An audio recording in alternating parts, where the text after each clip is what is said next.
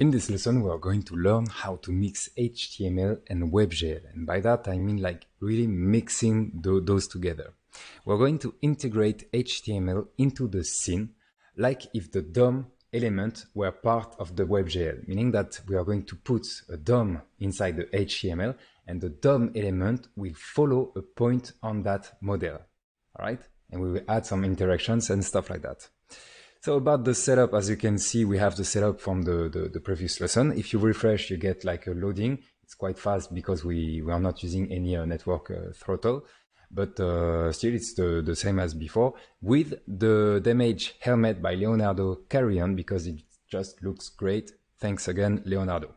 So yeah, let's go. HTML. Yeah, we're going to start with the HTML. We want some points of interest so that we see, let's say we are going to create 3 at the end.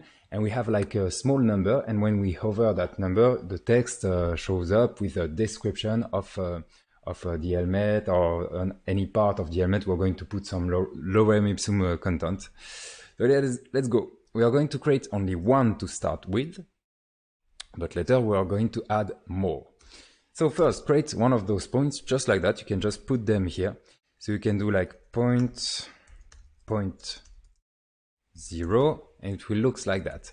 I will use 2 classes on each point. One so that I can target every point in the CSS and give them some style, and another one so I can fetch them from the DOM, from the HTML to the JavaScript. All right, there will be 1, so 0, 1, 2.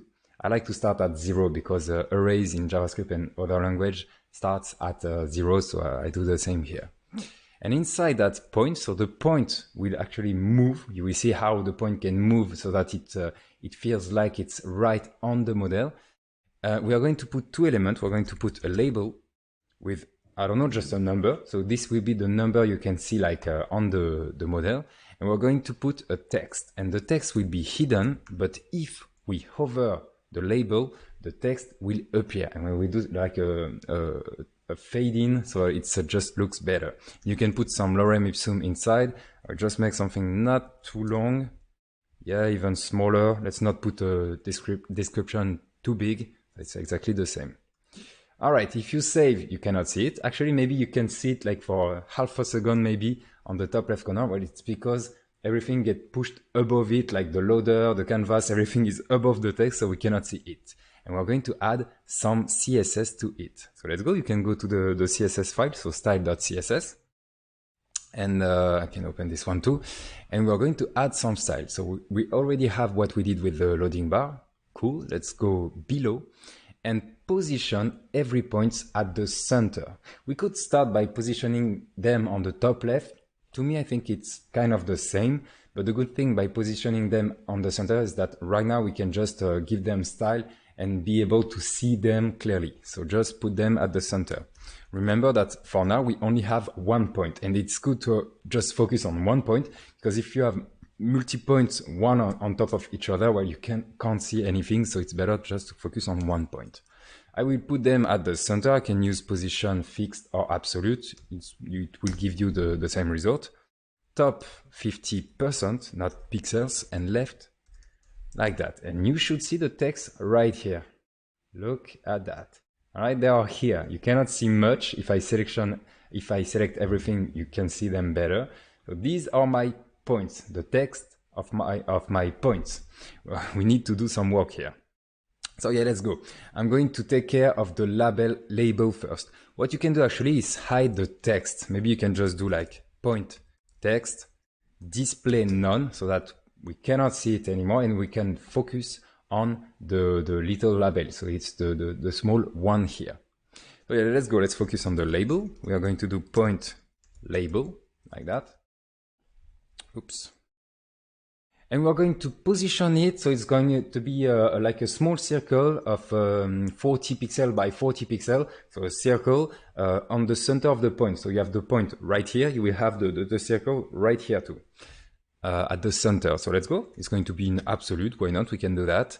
Width 40 pixel, height 40 pixel. What I like to do before going any further is just be able to see it clearly. I will put like a background red so that I can just see it clearly, and we are going to change that later. Be careful by doing that. The center is right here, where I have my cursor right now. So it's not right. I have to move it back a little to the top and to the left. So top minus 20, left minus 20. I know I can go a little fast on that, but it's because it's just CSS. That's not the important part of this course. So I'll go a little fast on it. You can then add a border radius. The border radius will enable like drawing a circle like that. So border radius, and we want it like to be a full circle. So I will use 50%, and you get something like that. All right, it's starting to look great. Now we can change the color. I want it black, like that. All right, looking great, but I don't want a full black. I want some transparency on it. I could play with the opacity of it and do something like 0.5, something like that. But the problem when doing that is that you also change the text. And we don't want the small one. We cannot see it now, but there is a 1 inside. This one will be like a white, and I want to be able to see it clearly. If I put the opacity on the label, well, I won't be able to see the 1 clearly. What you can do instead is put like that. Inside the color, as you can see, I have 6 values and I add 2 more. So the 7 and the 8th values. And this will just control the alpha. And as you can see, it just changes the alpha like here. See, if I move this one, the value just changed. The last value just changed. This is a new way of controlling the alpha of a color. I know that people don't really like this one, but still I wanted to show you that you can just do it like that.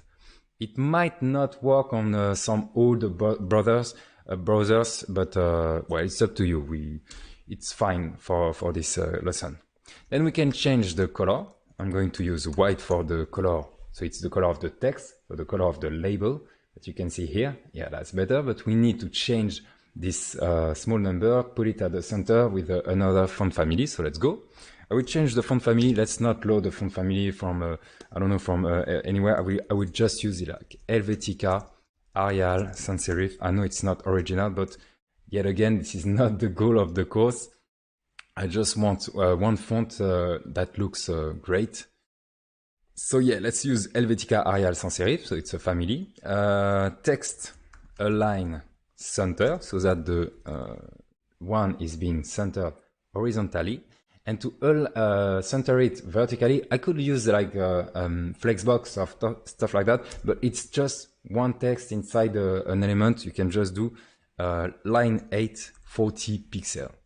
This part you can do whatever you want. I actually would have used a flexbox, but I want to keep things simple, so I would use the line 8, 40 pixel, meaning that the line of this text is 40 pixel, which is the 8 of the element, so the text is centered inside the element. That's just some CSS hacks. Then the font weight, I don't know, 100, so it's going to be very thin. Cannot see much of a difference. I don't know if this one is really supported by Helvetica, Arial, etc. And the font size, a slightly bigger font size. I want it to be subtle, but not too much. All right, it's looking great. You can change this part. All right, if you want to improve the label, do whatever you want. Pause the video, improve it, make it looking good. Load some fonts. I don't know, you can use Google font or anything you want to load some font. Anyway, let's move forward. So right now, my label is at the center, and later you will see that the label will stick to models, to a position on the model, and we will be able to hover it and show a text. About the text, let's go. We are going to add some CSS to the text. We cannot see it because remember we put a display none on the text, and we're going to do slightly the same thing. I think I will just position the text right below somewhere over there. And when we hover the text will just show up.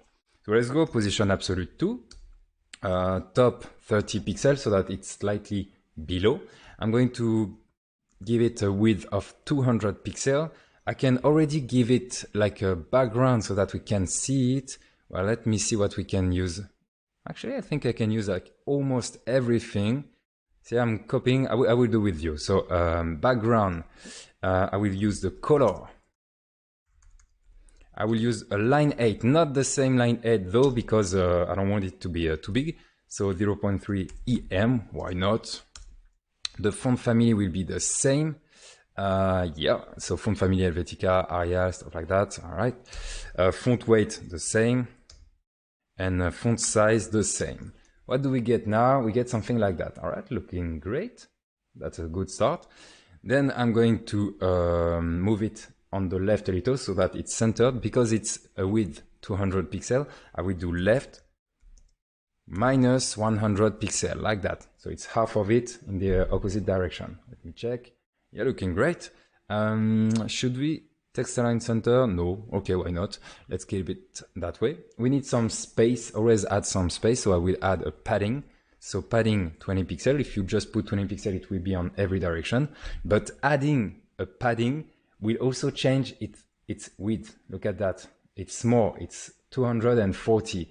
I could use like the border box, stuff like that, but yet again, I want to keep things simple. I will just move it back a little more. So left minus 120, like that.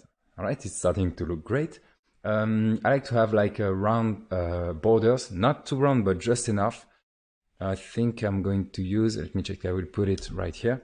So padding, yeah, let me check, 4 pixel, like that. No, not padding, border radius, what did I say? Border radius, like that. And it looks like this, looking great. Maybe we can center the text. I don't know why I didn't put it there. So yeah, center the text. I'm going to put it after the font family. Yeah, why not? Like that. All right, it's looking great. But right now we can always see the text, which is wrong. We need to fix that. So by default, we are going to hide the text. I'm not going to use a display none because I want to control to do a fade. Like it will not just pop directly, it will just fade in and fade out. So I will use the opacity instead. So opacity is 0. By default, it's hidden.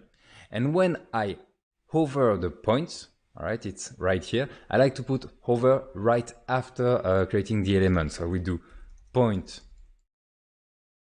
hover, and then I target the text. So when I hover the point, I target the text. Don't forget the little space right here.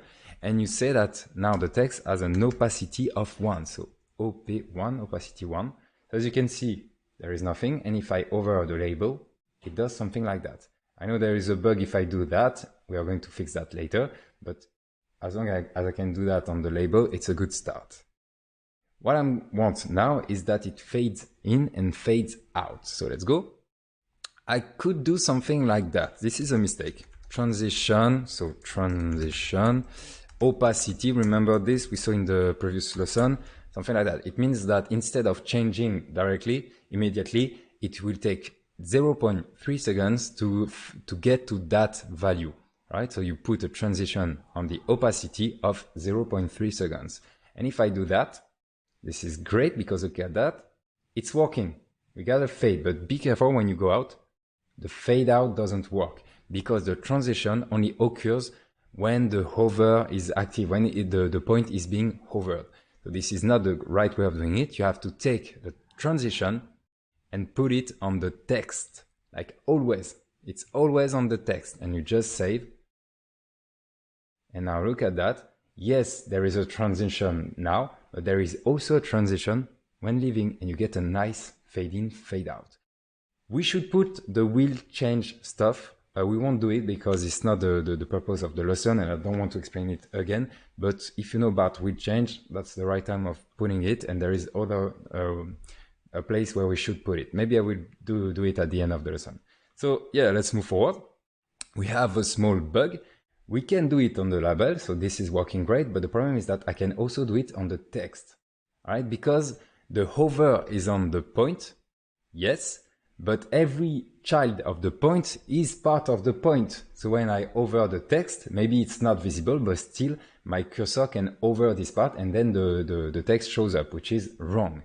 There is multiple ways of fixing that. What I will do is simply put a pointer events none. And by doing that, your cursor, so your pointer, mouse event, stuff like that doesn't work anymore. It's like if your cursor is going through the element, right? And so in that way, you don't have any event being triggered. The hover doesn't work anymore.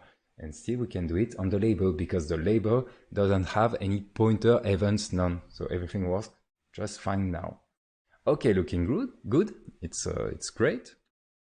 It's good to do some CSS. It feels good and easy. Anyway, now we change something is that I don't like having like the text cursor. It's not very immersive. I will change it, and to change that, you can just go to your label because it's the label of the program. You will add cursor, and what I recommend is to use any good cursor. I don't know what we can use. We will use, the help. Yeah, let's follow the lesson and use help. And see, we get like a small question mark. I think it's a little better. Like I like those kind of very small details. It's like the developers, the designer just thought of everything, and you get really cool details. The devil is in the details, remember that. All right, we want the point to be hidden. All right, let's move forward.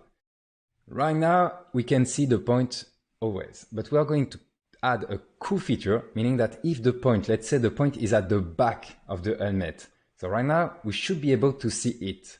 But if I move the camera like that, now it should be hidden. And we're going to do that. Instead of like seeing through the model and be able to hover a point that is not visible, we are going to hide it when it's not supposed to be visible. I know it's part of the HTML, but we are going to make it look like it's part of the WebGL. So if it's hidden, we want the point, the interest point to be hidden. To do that, we are going to play with the class on it. Like if there is a visible class on the element, we can see it. If there is no visible class on the element, we can't see it. So let's go. We are going to move to the label, and we are going to make it scale like it's just scale out, like we cannot see it. And when it's supposed to be visible, it will scale in. I don't know if you can say scale in, but anyway, you understand. It will scale up. All right, scale up to be visible. And if it's hidden, scale down, scale up, scale down, which will look just great. You will see. So let's go. It's just about the label. It's not about the point. We want to hide or not the label.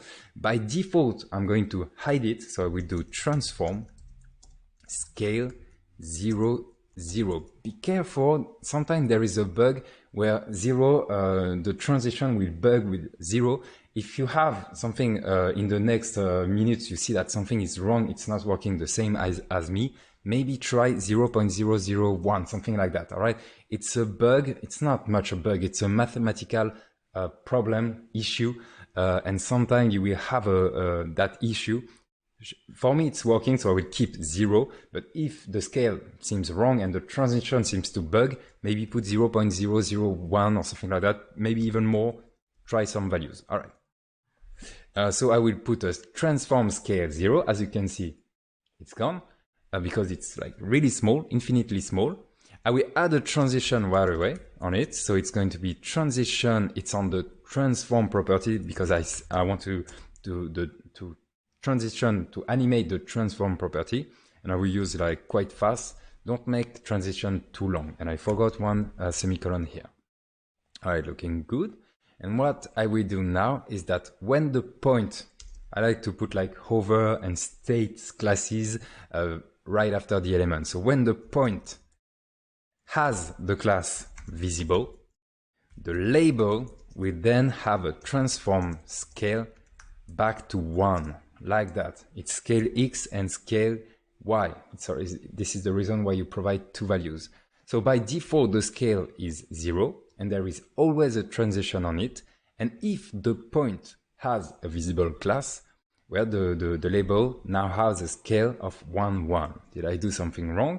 All right, it seems to be working fine. What you can do now, instead of adding the visible in the HTML, you will move to the elements. You will target it, so it's somewhere over there. So you're in the element panel, you target it, and you will add, so you can double click and add visible, and look at that. Yes, it did show up, and I can hover it. What you can do if you still have the focus on the element panel, you can do Command Z or Control Z. As you can see, it remove it, and you can put it back like that, just to test that it's working. Another way of using that, so my window is really too small. Let me just increase it a little. is by using this part here, the CLS, so .cls. So you click on the element you want to play with, you click on CLS, and here you can add a class and do like visible, like that. You have to press enter twice. I really don't know why. Anyway, as you can see, I can toggle it and look at the point here. While I toggle the visible class, it's working. It's just to test. We're going to do that in the JavaScript. We're going to do some complex stuff. It will be really funny. But right now, we just want to make sure that our CSS is working great. So make sure of that. If it's not working, pause the video, find the error, and get back to the video after that. All right, looking good. Let's move forward. Yes, we did that. Let's go to the JavaScript. We don't need any more CSS. We will get back to the HTML when we will add more points and like better content because lower ipsum, all right. Yeah, let's move to the JavaScript. So first, we need to store the points, all right? We need to save those points. Currently, we only have 1 point, but later we will have, I don't know, maybe 3 points. 3 is fine. You can add even more points if you need. So we are going to store those points in an array because it's always great to organize your code. If something can have multiple elements, right, you're supposed to use an array. This way you can, the length of the array can change. It's going to be right before the lights. Why not? There is no particular reason for that. Yeah, maybe because, yeah, it's right after the model, so it makes kind of sense of having that here. So I'm going to use points of interest, and we are going to add a few things. So just for now, an array of points, just points. You can say points of interest, but that's really long. So I will just use points. Inside those points with an S, we will add objects. Why objects? Because 1 point is a position. So a position in 3D, like I will say that is somewhere like Z -1, X, I don't know, maybe 0.2 and Y 0.5, something like that. So it's a position in space, but also the element from the DOM. Remember the DOM, it's just the HTML once it has been handled by the browser. And so I have the position and an element, and I will move the element depending on the position. Something like that. So I need to store 2 things. When I have this kind of situation, I just create an object, and this is exactly what I'm doing here. We have the position. It's a new 3 vector 3 because it's position in 3D. And I recommend you to use my values here because I already position it right. But at the end, you will be able to position any points you want where you want. 0.3 and minus 0.6. Positioning could be quite long because you need to change it. A good thing would be to add it to .UI. There is no .UI instance here, but you know how to add a debug panel. So I have a position. I will now fetch the element. Remember how we get an element from the DOM to the JavaScript. We do document, query selector, and we do like a selector just like in CSS, and it's going to be 0.0. Not just point, because a little later we will have multiple points, and this is the class that will change between each one of those points. So I will use just 0.0. There are better ways of doing that. Actually, I would prefer not to create anything here and to create everything from the JavaScript. Like here, I would say like the text, and then after creating this array, I would have create the DOM element from the JavaScript. All right, but I wanted to keep things simple, so we are doing this way, but you can really do anything you want here. Save, just to make sure that you didn't do any mistakes. You can log the points array, and as you can see, there is just 1 element inside, and in that element, we have the element, so an item in the array, and in that item, we have a DOM element and a position, which is a vector 3. All right, updating the point position. Right now, what we are going to do, let me check. We're going to show the elements. Yeah, add the visible class on it because we want to show it. Because right now we are going to focus on positioning the element, not showing or hiding the element, just positioning the element on the screen. So add a visible class to the element. We will remove this one later. What we are going to do now is update that element so that it follows the position in 3D, meaning that if the element is supposed to be here, this little guy here will move here. And if I move, it will go there, and it will go there. It's not the same position on the screen. So that it's like merging the HTML with the WebGL. It's not that hard, you will see how. But first thing, it's kind of obvious, we will have to do it on the tick function because it's on each frame. We need to update it on each frame. So let's go. I can remove the console log and move to the tick function, which is at the end. And we are going to do that. Let me check. Yeah, it can be anywhere after updating the controls. Yeah. I'm going to write the same thing. Go through each point.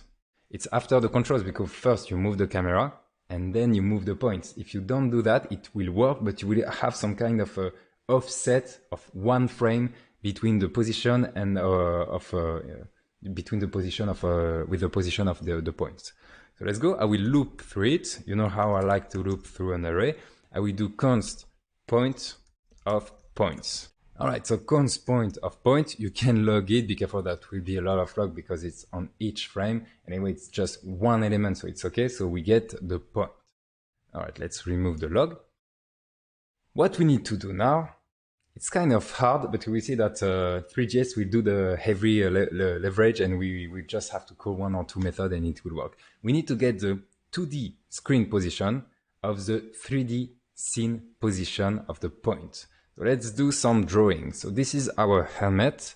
The idea is that you have, let's say your camera is somewhere, I don't know, like somewhere over there. It will look something like that, something like that, something like that. So it's the usual camera, like that, like that. All right. Beautiful camera. Great.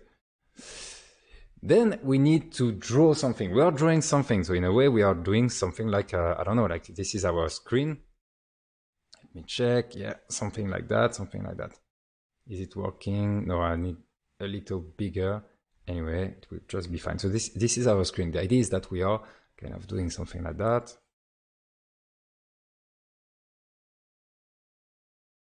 I will have you. Yeah, it's okay. We have something like that. We have a point in 3D. Let's say, I don't know if it's on a little on the right, maybe it's this part here. We have a point of interest here. This point has X, Y, and Z coordinates. All right. And we need to convert that to 2D coordinate because this is our screen. This way we get something like, oh, it's going to be hard to, oh, nice. We need it, I don't know, maybe somewhere over there on the screen. All right. Because it's like that on my screen.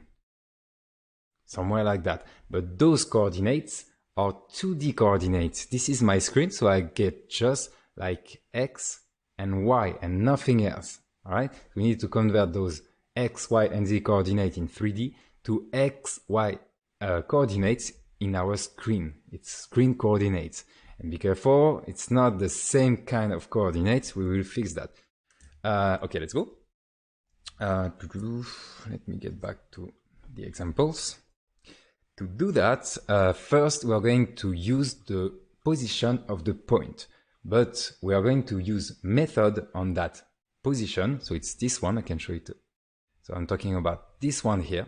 We're going to use method on that vector3, but those methods will change the position, and we don't want to change the position. The position is fixed, our model is not doing anything, so I just want to keep those positions and not change them. If you use those methods we are going to use, it will change this one. So it's not what we want to do. So first we are going to clone this little guy. So we are going to do const screen position, because at the end we will get the screen position, and we will start from the point, because we are looping on the points, point position, and do a clone, just like that. You create a new vector3 by doing that. And the changes you will do on that screen position won't affect the initial point position. Always do that. You can spend hours just trying to figure out what is wrong. It's just because you modified the original position. Let's move forward. We're going to focus on the horizontal position first. We're going to put, I don't know where are those coordinates, but we want to make sure that the X is working, so the horizontal position. And once it's working, we're going to do it for the Y. So let's go. We need to use the project. And if you check the documentation, we see that there is a project method. And it will do exactly what we want. You will see we do a project. Project is vector from world space into cameras, normalized, device coordinate, and DC space. All right, so it will just project this 3D coordinate to 2D coordinates according to the camera, field of view, position, angle, stuff like that. And this is great. You have nothing to do, no mathematics. You just call this little method. So let's go. Screen position. And it's going to be project. So this will change this vector 3. And we have to provide the camera because you can have multiple cameras and the camera can have a field of view different. It will change what you get. And just like that, look at that, we get the X. But wait, what is that? Minus 0.12. You should get something very similar. If I change the position, you can see that it's changing. What I recommend you to do is to move just like that. All right, it's the truck movement. You can do shift and just drag and drop. Don't look at this point. Just imagine where it should be. Let's say it's somewhere over the helmet and move the helmet to the right and look at the value. We get close to 1. All right, and when the helmet is too far, we get close to 2. Go to the left. -1. So it seems to be working, but those are not pixel coordinates. And this is exactly what the documentation was saying. It's cameras normalized device coordinates.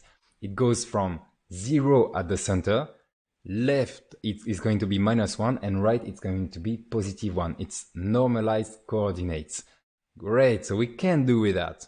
We know how we know that it's those coordinates. We just need to change it to pixel coordinates, but starting from the center, because remember that by default, our elements, our points of interest are at the center of the screen, all right? It's right at the center of the screen. So it's starting at the center of the screen. I want the pixel there. So it's going to be, I don't know, like 100 pixels. And this one is going to be, I don't know, maybe 800 pixels. Something like that. So we want to position from the center. The good thing is that it's already from the center. It's not the right value, it's normalized value, but it looks like the center is 0, see? It's somewhere over 0. This is minus something, this is positive something, but the center is somewhere over 0. What we need to do now, let me check if we are doing this right now. Yeah, we just need to multiply by the size width. Not exactly, we see why. Let's do a const translate X. So it's the value on X to move the element. And we will do screen position. So it's the value we just logged. So screen position X. This is what we had in the log. And we multiply it by maybe sizes width. Let's test that. And what do we get? Log the translate X. We get close to 0 when it's the center. When we go to the left, minus something, but it seems to go like really fast, like it's already 1000 something. And to the right, yeah, also, but it's going too fast. And yeah, this is just going too fast because we multiply by the size, but we already start from the center. We need to multiply by the size divided by 2. And I like to multiply by 0.5. It's exactly the same, right? It's not just the width, it's the width divided by 2. And right now, what do we get? I go to the left. Yeah, minus 700. It looks like this. Yeah, maybe it's too fast. So I think the point is somewhere in the front of the element. Let me check if I put it there. 600. Yeah, it seems like it's over there. So this value seems fine. Let's use this value. To do that, we're going to update the element. So we are looping through the point still. So we're going to play with the point element. Remember how to change the transform. We're going to use a transform because it's better for performances. We do style transform equal, and we have to write the transform. So this is just CSS. It's like if we put the transform over there. If we put, I can actually see I didn't save the JavaScript. If I do like transform, don't do it, I just want to show you. Translate X, if I do minus 200 pixels, oops, put it there. As you can see, I have to remove that. It went 200 pixels to the left. And if I want to combine then, I can do translate. I can put two functions inside the transform, translate Y, and I can do, I don't know, like 50 pixels. It will be slightly below, right here. See, it went down of 50 pixels. So this is the way of moving an object by using a transform. It's better for performances. So we will do that, but not inside the CSS. We will do that from the JavaScript. So let's go point element style transform. And I will use the backquote, just like in the previous lesson, because I think it's just better. It's made for that. Now we do a translate X and do that and use this value, which has the exact same name, obviously. So translate X. See, this is the way of concatenating. So you put dollar curly bracket, open curly bracket, close, and inside you put your value. And the problem is that this is just a float. This is just a JavaScript number. You also have to provide the pixel. All right, you have to write px, and you can just save. Finger crossed. It seems to be moving, and look at that. Just move horizontally because the vertical is not supported yet. But as you can see, it's following something on the helmet. It's looking great. It start to work, and if you rotate, you get the same result. Looking good. Let's support the Y. So we already have the screen position. It's being projected. Everything is fine. We're going to duplicate this line and do translate Y. It's not the screen position X, it's the screen position Y. As you can see, screen position started from a vector 3. It's always a vector 3, but we don't need the Z anymore. So screen position Y, it's not the size width, it's the size height. And we can provide the same thing here and do translate Y and use the translate Y variable, just like that. All right, let's test. We're going to have a small problem. When I go up, so when I go up, it should have go down with the helmet and didn't work. So it's just like inverted. It's because by default in the screen position, it's just inverted. We just need to invert this part. So we can just put minus right here. And you will see that it will fix the problem. And look at that. The element, the HTML element, look like it's part of the WebGL. It's looking great. It's working just as expected. The problem is that it's always visible, even if it's behind the model. So we're going to fix that. It's the next step. Still, it's looking great. If it's not working, fix that. By the way, there is a shorter version to write this. You can do translate and provide two values. Let's do this. It's slightly smaller. So translate. If I put it in the CSS, it will look something like that. Don't do it in the CSS. I just want to show you it will look something like that. It's shorter. Why not? It's just that I don't like having multiple ways of doing one thing. Anyway, I can remove these parts like that. And I can save the JavaScript. Let's use that shorter version because it fits on my screen. So let's do that. And it's looking great. Let's move forward. We did that. Showing and hiding the element. Remember that we put a visible class on it. If I remove it, the element is not visible. The idea is that we are going to put the visible class if the point is supposed to be visible, like right here. And if it's hidden, we will remove this visible class. First, remove it, because now we are going to control it from the JavaScript. Let's move forward. And here is a huge text, but I will provide you a drawing as always. The idea is that I have my helmet seen from the top. This is my camera. I don't know where it's, oh yeah, over there. Like this is my camera, all right? It looks something like that. I have like the things on top of old cameras. And it will look somewhere over there and there. All right, looking great. Maybe larger. There and there. If I have, so which one is the first? If there is, we are going to use a recaster and we are going to test each point. Maybe I have 1 point, let's say over there. Maybe I have 1 point, let's say over there. And maybe I have 1 point over there. All right, those are good examples. I will shoot a ray from the camera origin to that point. Oh, got it on the first try. If there is nothing intersecting, like see, there is absolutely nothing intersecting, I should show the point because it means that it's visible. All right, so this one, if there is no intersection, let's just show the point. Then we will take care of the second points. We shoot a ray like that. And right now you can see that there is something intersecting right here. So there is an intersection right here. We are going to test the distance of this intersection. So this is, let's say, B. That's a bad B. Something like that. And also the distance of the point, like that.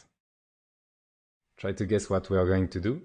I'm going to put it below because I will need room after. So the one below will be something like that. We're going to compare A and B. Oh, oops, something like that, right? Like that. We're going to compare A and B. If B is superior to A, it means that the object intersecting is behind the point. That's all. Right now you can see that the B is longer than A. Well, it's because the object is behind the point, and we don't care. The point is visible. The point is closer than the object, so it's fine. We should show this point too. But what about the last one? I won't be able to do no. You know what? Let's cheat a little. Let's create a new one. So this is the point. And as you can see, we have something intersecting right here. So this is the point of intersection. We have a distance, so this is going to be, I can have it right here. So as you can see, we have B over there. And we also have the distance of the point much faster. Oh yeah, that's good. Like that. So this is A. And as you can see, A is bigger than B. This means that the point is behind the model and we should not show that point. And that's all. If you got it now, it's just fine. So this was the first one, this was the second one, and this was the third one. And we are going to take care of each one of those. So the first one, then the second one, then the third one, and you will see that it will just work. And we will add or remove the visible class depending on this result. All right, let's go. So we are going to use the raycaster. We need raycaster. Raycaster are just great. So we are going to create a raycaster. It's going to be with the points. Why not? Yeah, let's create the raycaster here. I like to create only one raycaster, so maybe I should put it like at the beginning. But anyway, it's just about the points of interest, so we put it there. New raycaster. Try not to create a raycaster on each frame. Create just one and use it multiple times. So let's go. We created the raycaster, and then we are going to use that raycaster in the tick function on each point. We have currently only 1 point, but we will add more points later. So let's go. Let's move there, and we are going to use the same thing as we did for the raycaster when we were trying to have some interaction. You know, when we wanted to know when we are hovering something, it's exactly the same code, but this time it's not the cursor position. It's going to be the point screen space position. You will see that everything will be just perfect, will fit perfectly. So the function were set from camera. I can show this one again. So it's set from camera. We have an example here. So it's the mouse coordinate. We don't have a mouse coordinate, but you will see it will be fine. And the camera. Set from camera, you need to provide 2D coordinates of the mouse in normalized device coordinate. NDC. We've seen that just like right before it was inside that. So when you do a project, when you project vector3, when you do that, you get NDC, normalized device coordinate. And when you're using the set from camera, you need to provide NDC, normalized device coordinate. So it's just perfect. So let's go. We are going to do, I think I can just do it over there. Let me check. Yeah, screen position, something like that. Yeah, right after getting those NDC, so normalized device coordinates, we will use them on the raycaster by doing raycaster set from camera. We will use those screen position like that, But be careful, usually we provide a 2D coordinates, okay? Coordinates should be a vector 2. This is a vector 3. Do not worry, the set from camera will only use the X and Y properties. It will not trigger an error like, no, you're supposed to provide a vector 2. It will just use the X and Y. It doesn't care if there is more values to that vector. So it will work just fine. And then you have to provide the camera. And just save to make sure that everything is working. Looks like so. Right now we only position the raycaster so that it can shoot in the right direction. So it's positioned to shoot from the camera to the points that should be over there, somewhere like that. All right, now let's shoot the ray by using intersect objects, because we want to test on multiple objects just in case this model is composed of multiple objects. And we will do something that I don't really like, but we'll do it anyway because it's so much easier. We are going to test against every object of the scene. This is actually accurate because if you have other objects, let's say you had some cubes, some other models, stuff like that, well, if the points of an interest is behind one of those objects, it will be hidden. So this is actually right, but I don't like to do it on every object of the scene. Well, it's up to you, it depends on the project. So let's go. To do that, we're going to test on scene children, because this is a way of getting the children of the scene. And we will do const intersect, like that, equal raycaster, and to shoot the ray we do intersect object with an S. Don't forget that it's the version with an S, and we will provide the scene children. So this is an array, but be careful, we want it to test also the children of the children of the children of the children, and to do that it's called recursive. We need to provide true as the second parameter of intersect objects. All right, we need to test the children, but also the children of the children of the children. We save, just to make sure there is no error. If you have an error, pause the video and fix the error. Let's move forward. We are going to test what we get inside that intersect. And the idea is to start easily with this little one here. If there is no intersecting object, well, it means that it is visible because there is nothing. There is no question of, is it closer, is it further? No, we don't care. There is nothing. We show the points because there is nothing preventing from showing the point. So let's start with that, just so we can get our point back. We'll do if intersect length equals 0. So if there is nothing intersecting, we are going to add a class to the element, and the class is visible. And to add a class to an element, we use class list add, just like we did in the previous lesson. So point, remember that we are in the point loop, element class list add, and we add the visible class. Don't put a point here. This is a common mistake. You just provide the class and it will add the class. Otherwise, so else, we remove this class. We do exactly the same thing, but we replace the method add by remove. And look at that. By default, it's hidden.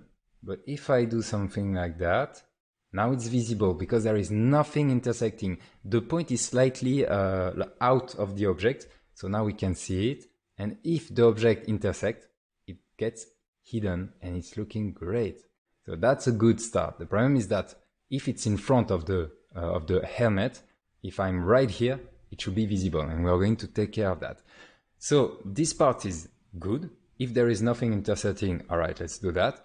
And now we need to test the distance. Remember, if the distance of the intersection, so the red one, is bigger than the distance of the point, well, the point should be visible. If not, the point is behind the model. So let's do that.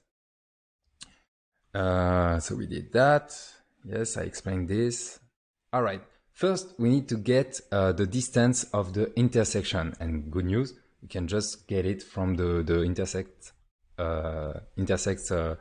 array. The intersect array will provide you the object intersecting in the order, meaning that the closer and then the next one behind. So this is great. We can just test the first one because it's going to be the closer one. So we can do const intersection distance. Yeah, why not? We get the first element and we get its distance because it's an object. We can just get the distance. I'm going to show you because I want to explain to you what we get here. So I will just log intersect. You can just watch my screen. So right now we shoot a ray in that direction. Obviously there is an object intersecting. Actually there is two because there is multiple elements for that object. So let's take any one of them. I will open it, and as you can see I have two objects intersecting. The first one will be the closer one, where we need to test the closer one anyway. So we are just going to test the first one anyway. And as you can see, we have a lot of informations. We already saw those informations. The one we need here is the distance. As you can see, it's 4. Let's move forward. I will refresh and move forward. Not too close. All right, like this, like really close to it, like that. And I will test the intersection. As you can see, it's much smaller. So it's just the distance from the camera to the point of intersection. So to get it, we get from the array, we get the first element, and we get its distance property. And I can just log it so you can see it. I will remove the log intersect there. And as you can see, we have 4 point something. And if I move forward, smaller, smaller. And if I move back, it's higher. All right, looking great. Then what we need to do is know the distance of the point. How can we get the distance of the point? The point is a vector 3. And the vector 3 has obviously a distance 2. And you can get the distance between two vector 3. But what distance we want exactly? We want the distance between the camera and the point. And the camera has a vector 3. It's the camera position. So we get the distance from the point to the camera. So let's go. We will do const something like points distance. Yeah, point distance equal. We start from the point. Remember, we are in a loop function on the point. We get its position and we use the distance to. So we are using the one right here. So it's distance to. And we need to compare to vector 3. You cannot just put camera because camera is an object 3D. It's not a vector 3, but we can use its position like that. And we will get the distance. So I can log it. You can do that too. And we see that this is the distance. By default, see, I didn't move the camera. This is the distance of the point. And this is the distance of the intersection. It's slightly bigger. This means that the intersection is further. So we should show the point, and that's how we can do it. We are there. So if intersection, I will do the same as the code. So first we do, it's inferior. So if intersection distance is below the point distance, it means that we should not be able to see it. There is an object closer than the point. So we will remove it. So we just do something like that. We remove the class, else we add the class. Because the point is closer, we should be able to see it. And look at that. Did I do it right?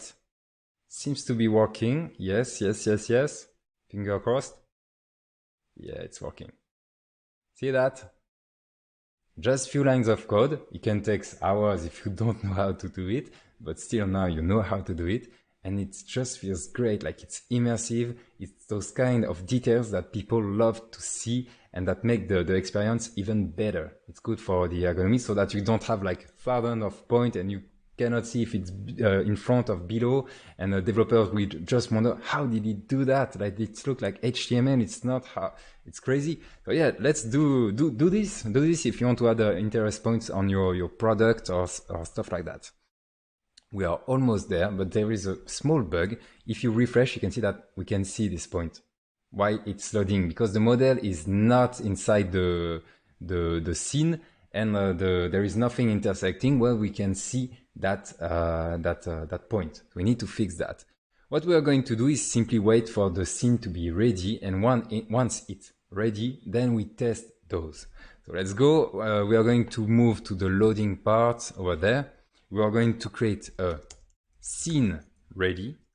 Yeah, not my best variable name. So scene ready false.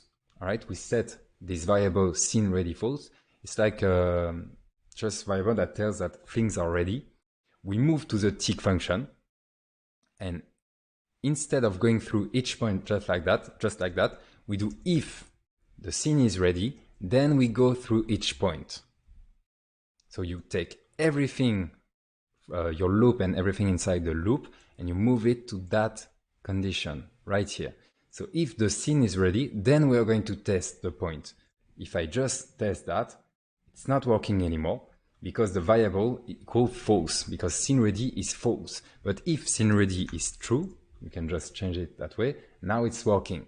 And what we are going to do is wait for the scene to be loaded. As you can see, we have a wait, we have a set timer, stuff like that. And then the loader gets hidden and the overlay just fade out. And we are going to wait a little more. So I'm going to do another one. So window set timeout like that. And I will wait a little more because I really want everything to be gone, like the overlay and the loader, before showing those points. So we wait something like 2 seconds, because it's millisecond, it's 2000. And then I will simply set scene ready to true, like that. Wait for it, so no points. And then you can see them. Maybe a little more. Let's put, I don't know, 3 seconds. Let me check. And now it's working. So it's up to you. Do you want them like right away, or do you want to wait a little? And it's looking great. All right, we are almost there. We did the hard part. What we are going to do now is simply add more points. All right, let's have fun. Just add the points you want. You have to go to the HTML. I will take those. So I will cheat a little. I will just take those like that. You will have to copy it, or you can just scroll on the lesson and take those. I just put some random text. Sorry if it's not the real purpose of each part. Sorry, Leonardo. I think it's not the real purpose of each part of the helmet, but I put some random text on it. So right now it's not working. We only have one because the other one are not handled by the JavaScript. So we save this part. We move to the points part in our JavaScript, and we add more points. All right. What could have been great is that this part is automatically handled, nor on the HTML only, nor on the JavaScript only. It's up to you. You can do whatever you want. Me, I will just duplicate them and put different values. So I will help you put those. So it's 0.5 for the second one, 0.8 and minus 1.6. And don't forget to change the class here. It's 0.1 because this is the second one, which it has the 0.1 class. And then the last one, just like that. The values are 1.6, minus 1.3, and minus 0.7, and it's the number 2, just like that. Let me check. Is it working? Yes, look at those. And you can hover them and get information. And that's all. You can go a little further. You can improve the way we create points and maybe create them dynamically. It's what I said just earlier. And remember that combining HTML with WebGL is bad for performances. We did it here. It's really useful, but still keep an eye on the performances. And I will see you in the next lesson.